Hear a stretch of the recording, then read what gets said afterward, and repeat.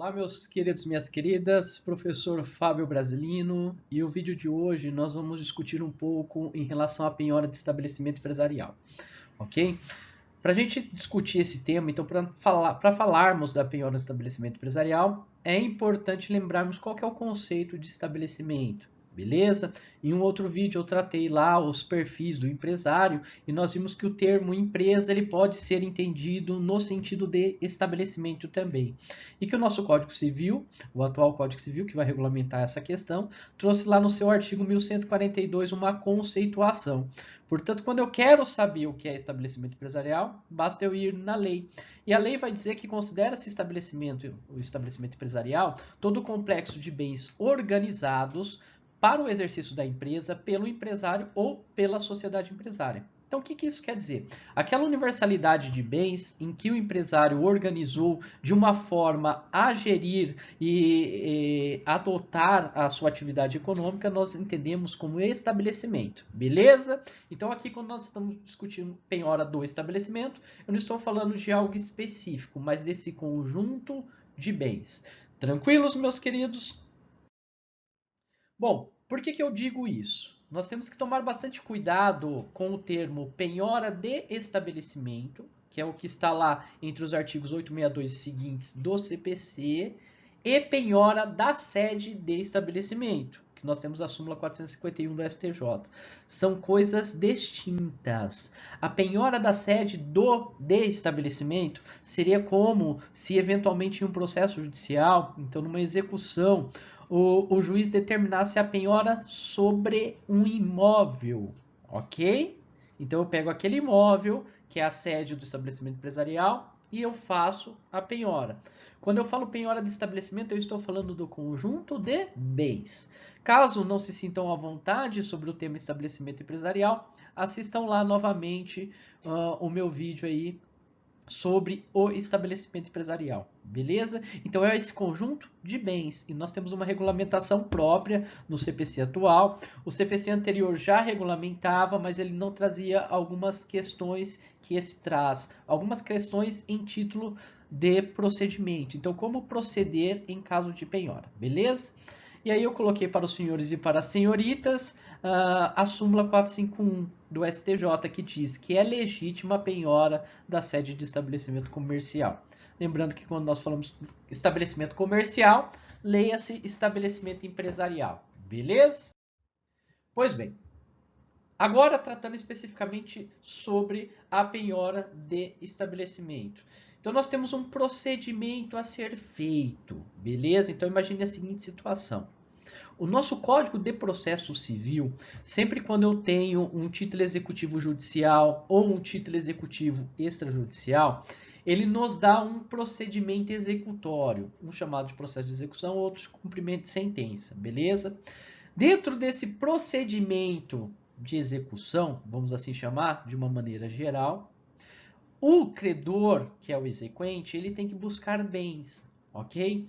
E a própria legislação ela traz um rol de quais bens eu tenho que procurar. Então sempre eu vou lá primeiro como preferência dinheiro, depois bens móveis, bens imóveis e assim por diante. Então tem uma série de procedimentos que o juiz e as partes ali têm como forma de satisfazer aquele crédito. Beleza? Então, o que é muito comum em termos práticos aqui? Em termos práticos, vai ser feito um pedido para o juiz de Bacen-Júdi. O que é isso? É um pedido de penhora online, em que o juiz vai verificar em todas as contas vinculadas àquele CNPJ ou CPF que está sendo executado, se existem ativos. Feito isso, não deu certo, vou verificar Renajude, que é a mesma coisa, só que para veículos. Feito isso, não deu certo, eventualmente eu peço a expedição de mandado de penhora e avaliação. Então, o oficial de justiça, ele vai lá naquele local, no estabelecimento, enfim, ou aonde está o endereço do devedor, que é o executado, e vai verificar que não tem bens. Não conseguiu achar bens? Existe a possibilidade também de ser pedida a quebra de sigilo fiscal e ser juntado o imposto de renda dessa pessoa. Então, trouxe o imposto de renda dessa pessoa que está sendo executada, lá nesse imposto de renda eu vou verificar todos os bens que ele existe. Vamos partir do pressuposto que o único bem que nós temos é aquele estabelecimento empresarial. Então, tentou-se de tudo e não foi possível conseguir a satisfação do crédito. Diante dessa hipótese, pode ser requerido ao juízo a penhora desse estabelecimento, beleza? Então, o artigo 862 ele diz o seguinte: como nós estamos falando em penhora de um conjunto de bens, ok? Eu não vou ter apenas a penhora sobre um bem específico, mas sim um conjunto de bens. E esse conjunto de bens ele está organizado. Se ele está organizado, a regra de depositário desse bem tem que ser uma regra específica. Beleza? Porque em termos práticos, então se a gente pensar em um bem imóvel, a regra é que fique como depositário. O que é isso? Enquanto enquanto corre os procedimentos executórios, então que tem a penhora, então até que se venda esse bem ou que ocorra a adjudicação desse bem, o que é a adjudicação? Que o credor pegue para si aquele bem. Ele tem que ficar com alguém que é depositário. Esse depositário, se for bem imóvel, em regra, é com o executado. Beleza? Então, se fosse uma penhora na sede de estabelecimento, quem ficaria seria aquele empresário como depositário. Só que aqui eu não estou falando meramente uma penhora na sede, mas eu estou falando na penhora do estabelecimento, que é um conjunto de bens. E esse conjunto de bens, ele está, além de estar organizado, ele está gerando frutos, estão vendo? Por que ele está gerando frutos? Porque ele está exercendo uma atividade econômica. Beleza? Porque se ele não estiver exercendo uma atividade econômica, ele não vai estar organizado. Se ele não está organizado, ele não é mais estabelecimento. Beleza? Nesse sentido, o próprio caput do artigo 862, ele vai nomear um administrador depositário. Por quê? Vai ser uma pessoa nomeada pelo juízo para gerir aqueles bens até a satisfação da dívida. Beleza? Para em 10 dias apresentar um plano de administração. Então, como que esse administrador, que obviamente deverá ser pago aí pelo executado, como que efetivamente ele vai exercer aquela administração? Claro que nos termos do parágrafo 1º, o juiz deve ouvir as partes, ok? E o que é legal, e é uma característica desse nosso novo Código de Processo Civil, que ele possibilita que consensualmente as partes ajustem uma administração em comum. Estão vendo? Então as partes podem ajustar uma administração em comum e o juiz só apenas homologa. Beleza? Claro que eventualmente podemos ter discussão. Ah, mas e se o executado for assistente? Tiver assistência judiciária, ou seja, ele tem deferida a justiça gratuita. Pode ser que o Estado tenha que pagar esse administrador? Pode. Em termos práticos é muito difícil, tá? Mas isso pode acontecer. Outras questões também que podem ser lançadas aqui nessa discussão. Mas, professor Fábio, é muito comum chegar a esse ponto da penhora de estabelecimento? Na realidade, não, meus caros. Por que não é muito comum?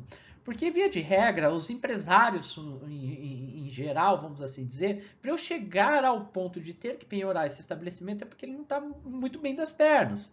Porque existem outros meios, outras maneiras de satisfazer o crédito que é mais fácil, como a penhora sobre o faturamento.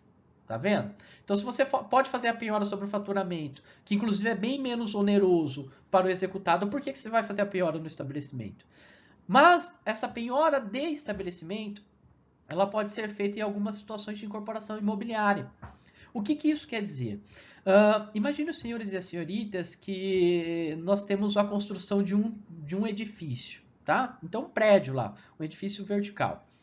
Beleza, geralmente essa construção ela vai ser feita por meio de uma incorporação imobiliária. Então, nós vamos ter lá uma construtora, essa construtora vai proceder a uma incorporação imobiliária, forma-se um condomínio e ali eu vou ter unidades autônomas. O que quer dizer? Então, pensa um prédio lá de 20 andar, com 2 apartamentos por andar, então eu vou ter lá 40 unidades autônomas, beleza? Geralmente, esse tipo de incorporação imobiliária, ele tem alguém por trás que banca, tá? Claro, por exemplo, na Grand Beverly Hills, que é a cidade onde eu moro, existe lá, por exemplo, um construtor que ele faz isso com recursos próprios. Então, ele reúne um conjunto de pessoas e ele acaba fazendo esse prédio, beleza? Então, quem que sustenta a construção desse prédio? São os próprios próprios proprietários dessas unidades, estão vendo? Mas é muito comum na prática comercial, na prática empresarial, que essa incorporação imobiliária ela tenha um agente financeiro por trás. Então você tem lá, por exemplo, o Banco Bradesco, o Banco Santander, Banco do Brasil, enfim, que vai dar sustentáculo a essa incorporação imobiliária. É muito comum. Então, se vocês forem nessas grandes construtoras, em regra, essa incorporação imobiliária ela vai ter um agente financiador por trás. Estão vendo? Por quê? Porque é um empreendimento de alta monta. Claro que nada impede, como eu disse, esse exemplo que eu dei de Cambé, que é para quem não é do Paraná que está vendo, mas é uma cidade do lado de Londrina, no Paraná, em que eventualmente você possa fazer por meios próprios. Mas isso não é muito comum, porque é muito arriscado você tentar construir um edifício com meios próprios, né? Porque eventualmente alguém pode não pagar a prestação, enfim, nós sabemos todos os problemas disso.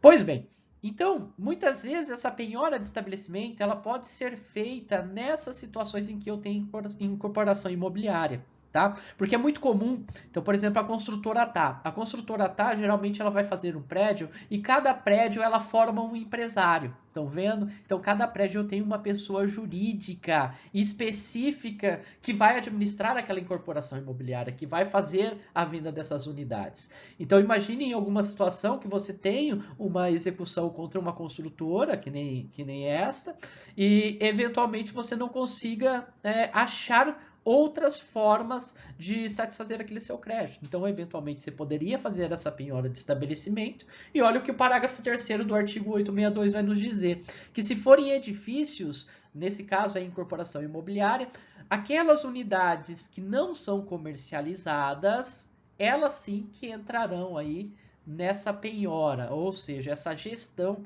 que vai ser feita por esse administrador depositário vai ser em relação àquelas unidades não comercializadas.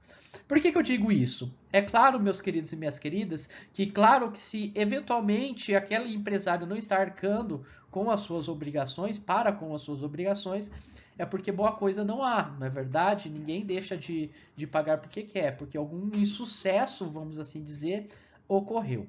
E uma questão importante aí que está no parágrafo 4º, que em caso de eventualmente ter que afastar o incorporador, então imagina, eu vou afastar a incorporadora da administração daquilo lá, a representação ela tem que ser feita pelos que são adquirentes, então essa ideia aí do administrador vai ter que ser feita com o aval desses representantes do adquirentes ou pelo agente financeiro, beleza? Então seria uma forma aí de você tentar gerir esse patrimônio, gerir esse estabelecimento para satisfazer aquela dívida, beleza? Bom, outras regrinhas aí que nós temos do artigo 863, ele vai dizer e vai tratar em algumas situações de penhora de empresa que estão sob concessão ou autorização. O que é isso? Existem algumas empresas que elas vão funcionar com base em um ato administrativo em que, de fato, o poder público autoriza o funcionamento. Beleza? Nesses casos, nós temos algumas regrinhas próprias aí, porque o juiz ele vai ter que nomear como depositário, de preferência, algum dos diretores dessa empresa. Beleza? E tem algumas regrinhas, porque a penhora, nesse caso aqui, ela de preferência tem que recair sobre a renda ou sobre determinados bens. Então, tem toda uma regra específica feita quanto a isso. Beleza? E, inclusive, de acordo aí com o parágrafo 2º, vai ter que ter também a oitiva e a participação, beleza? Do ente público. Por que isso? Porque se nós estamos falando de uma atividade econômica que tem que ter a concessão ou a autorização, nós estamos falando de uma atividade econômica que ela tem um interesse público maior, estão vendo? Porque aqui eu tenho a participação direta da administração pública, então tem que ter um pouco aí desses cuidados. Bom, o último tema aqui que nós temos que trabalhar quanto a essa questão é que se eu falo em penhora de estabelecimento, ela vai ser em último caso. Então, assim, quando você não conseguiu mais nada, em último caso, você vai fazer essa penhora. Beleza? Por quê? como eu disse, não é um meio tão eficaz e não é um meio tão barato, vamos assim dizer.